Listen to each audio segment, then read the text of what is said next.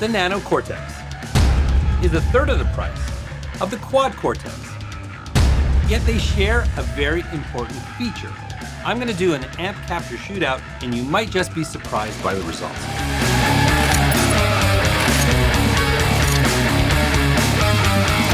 Oh look, he's pulling out all kinds of gear again today. Well, we need it all to do what I'm trying to achieve today. Now, I'm particularly interested, or I was interested in doing this because since NanoS 2.0, there's been a lot of enhancements to the Nano Cortex. Now, I've seen some other shootouts and people feel there's a difference between the two, but is that something that's improved? Were there any enhancements to the capture tech in NanoS 2.0? I'm actually not even sure, but I want to do my own test to see if there are any differences, and if there are, what are they? Anyways, our capture subject today is this beautiful red amplifier here. This is a Wangs HD-30H.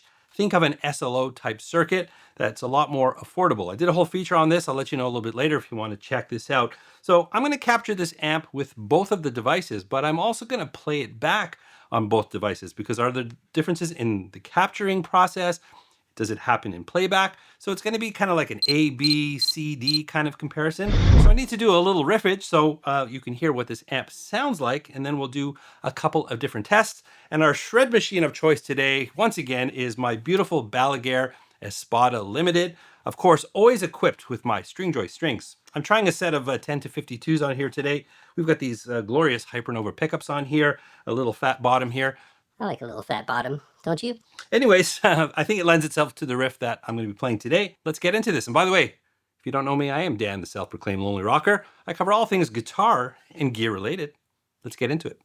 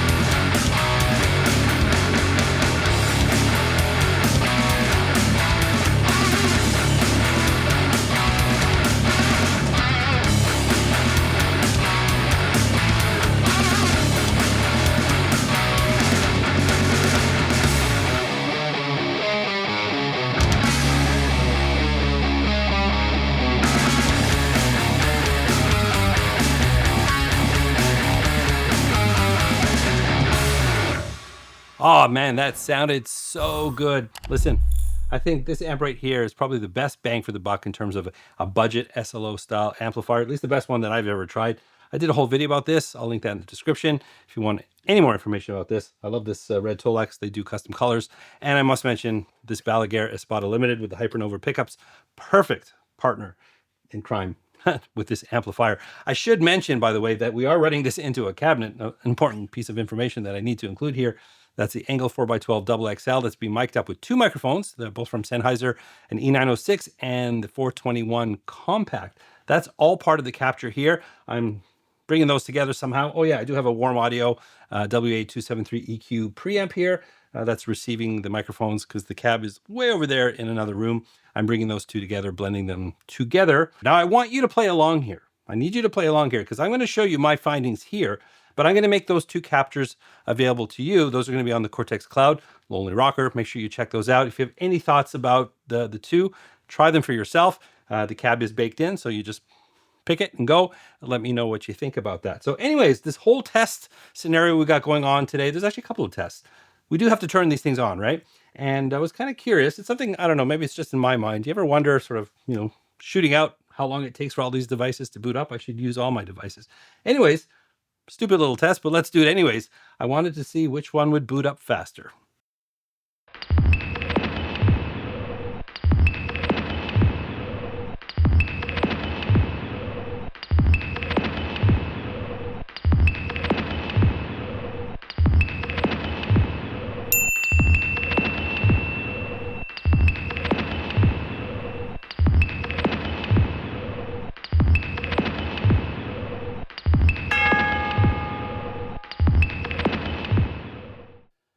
Well, the special stopwatch does not lie. There's a, whoa, 31-second difference. Yeah, your scene is over. Get out of here, stupid thing.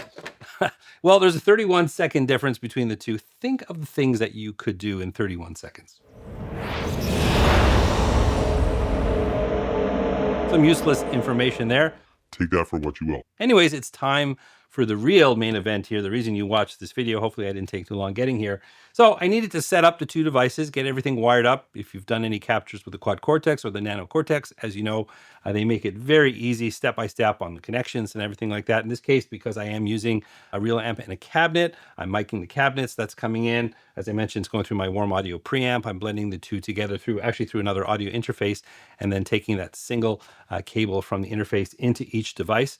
And then, well, to start, since we got the stopwatch going, I was curious how long it would take to create the captures on each device. So let's check it out.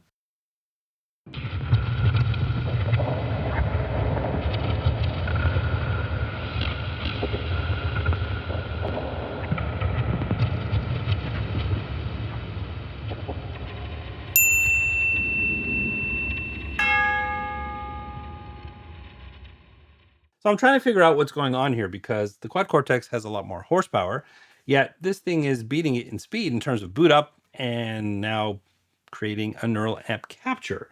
Now, is it possible it just doesn't have as many processes to go through as this one? Is there something really different going on? Not really sure. Does it matter?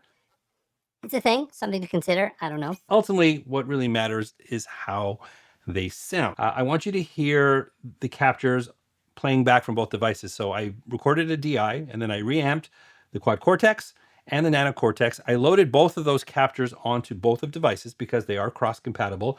And I didn't want to do the comparison, you know, the Quad Cortex plays on the Quad Cortex, the Nano Cortex plays on the Nano Cortex. There may be some differences in terms of hardware. Maybe that would have some effect on the overall tone. Maybe, I don't know. So, well, I do know because I did the test. But anyways, I'm going to show that to you. Use your keen ear to see or hear if you notice any differences. And let's just roll the results.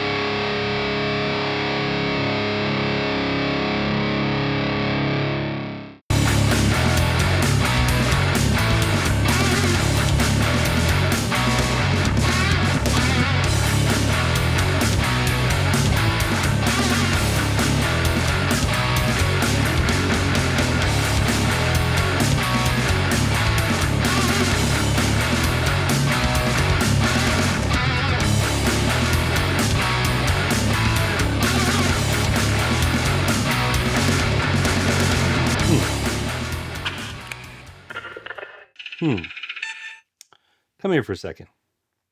I didn't hear a difference. Did you hear a difference? I couldn't hear much of a difference. Now, there were some subtle differences. Now, what you could do if you have a Nano Cortex or a Quad Cortex, I'm going to make both of those captures available on the Cortex Cloud. Just look up Lonely Rocker, Slow Hanging Wang Nano, and the Slow Hanging Wang QC.